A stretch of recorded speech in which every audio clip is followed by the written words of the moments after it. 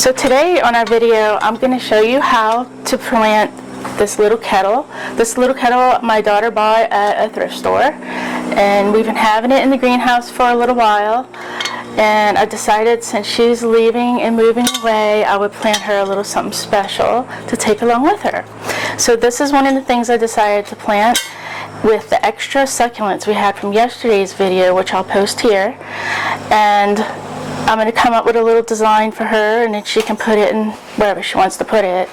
And we're going to go from there. So it's just a little antique, made in Japan, little yellow kettle, and I thought it would be adorable as a planter. So the first thing we're going to do is fill it with our soil. I don't ever seem to have a shovel when I need it. Hold on.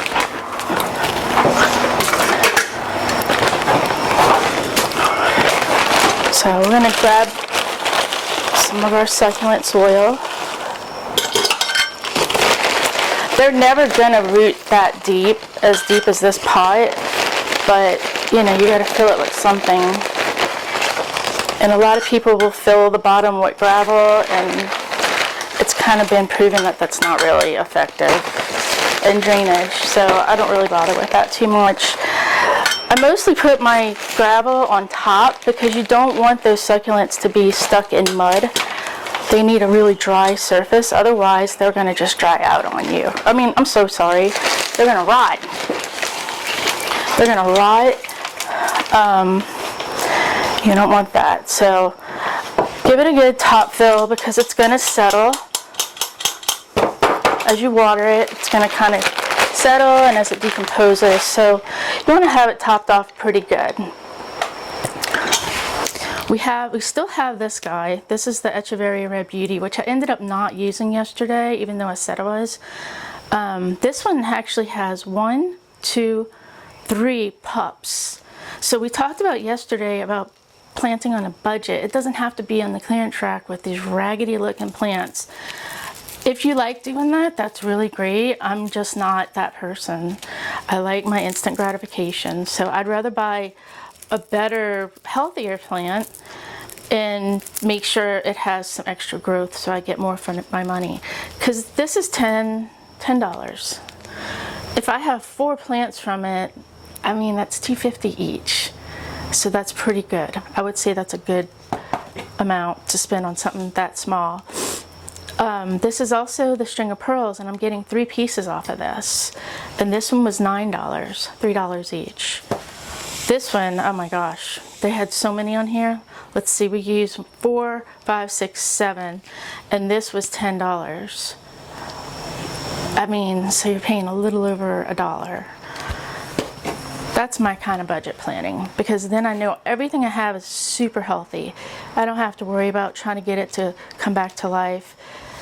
If you're not into that kind of stuff, I am not that person. So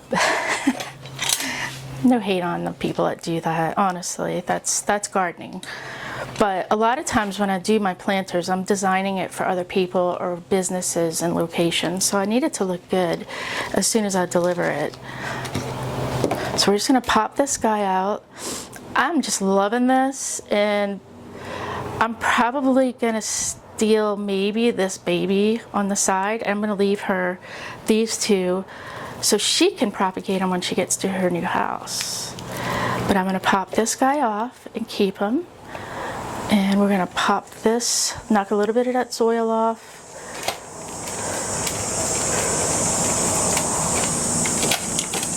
Dig your hole in there really good. I might have to remove a little bit of this. Put it right back into the pot. That way it's easier to kind of distribute when you have to put it all back together. So this is going to take up a good part of this pot. And I was really kind of thinking I would put some string of pearls in there, but we're going to just do that. That looks really cute.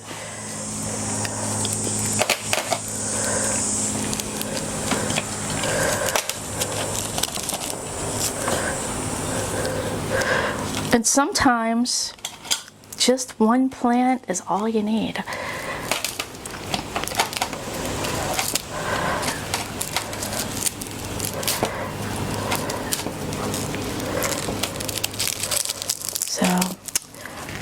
let's see. You want to get all this dead stuff off the bottom just to clean it up. You also don't want that to stay wet and rot your plant out. And it just makes for a better presentation.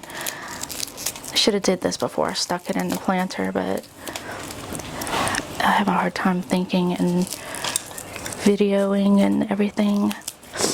But you get it. So look, that's so much better. And then we have these two healthy pups. I'm kind of thinking, honestly, y'all, I kind of was thinking that these little guys would be so sweet in here. But this takes up so much space.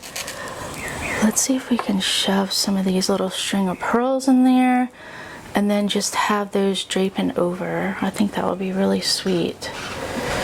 Let's see what we can do.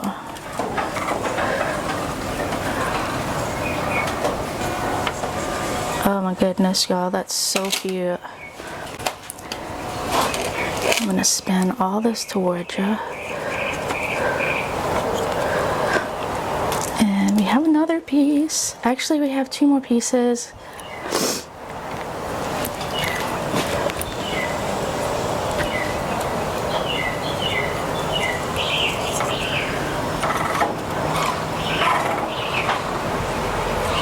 I hope it's a little bit better sound quality in here since my last video, because it was getting pretty loud out there with the road noise and the mic was picking up things and not picking up my voice, and we're trying to get a little bit more control over our sound for you guys. This is going to be adorable. I really like having these little string of pearls coming out the side. So there's a few little extra pieces here. I'm just going to tuck those along the sides.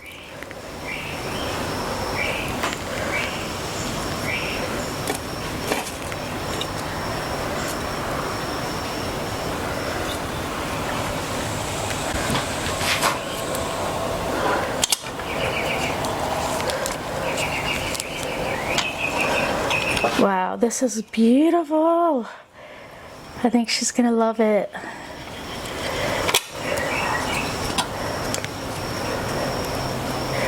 So pretty. So I'm just going to drizzle some more soil in there because we're still going to top it off with a top dressing, which, being that I don't really have that much space, I'm probably going to end up using my my shale that I like to use, because it sets into these spaces a lot easier and better. The top dressing also holds everything down. All right. So, let's see. So I just want to show you how this looks before I add the top dressing, because it's going to look so much more finished when I'm all done. This is just how it's going to look for now. It's so cute. Can you imagine that in the kitchen window? I'm kind of jealous. I have another little tea kettle I might do for myself. This is why I have a hard time making a business out of this, because I have a little tea kettle too. Maybe I can make one for myself. I digress. Alright, so we have this expanded shale that I like to use a lot.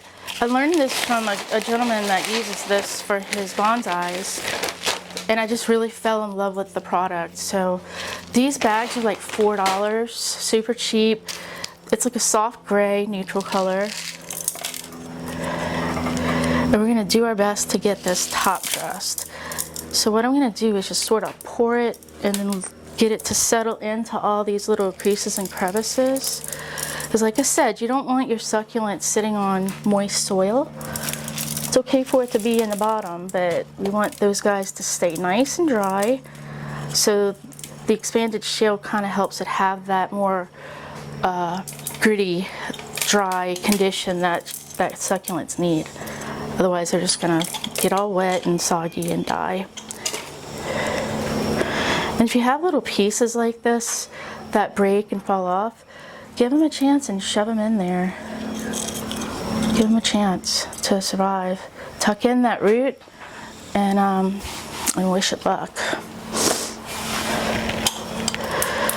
Probably 75% of the time, I get them to reroot. I mean, if you can do it. You can do it. Okay. I am looking for these little plastic things that you get in all your plants. Are so good for just getting into those little crevices to like move the dirt out or in without damaging the plants, because sometimes you can really scratch up the succulent base or the leaves. They sort of have this milky white coating on them, and sometimes you can scratch them up. It doesn't look nice, so I try to be super careful so I don't take off that white, because it's really pretty and it excuse me, and it really helps to protect the plant itself, the leaves, from any harsh conditions. So I think I have it pretty well tucked in. Make sure to move it again, but remember the last pot I did, there was a lip. This one also has about a, I don't know, maybe a 1/3 of an inch lip, so make sure that gravel gets in there so you can kind of bring your plant back a bit, and then put your shale in there, tuck it in, and push it forward or back in place. Okay, doing the same thing on the back, kind of push that plant forward and then tuck it. And then it also helps keep everything's in place. It's nice, taut, still gives it room to breathe and grow. And don't, make sure those little babies are in there. Get a little gravel underneath there, you know.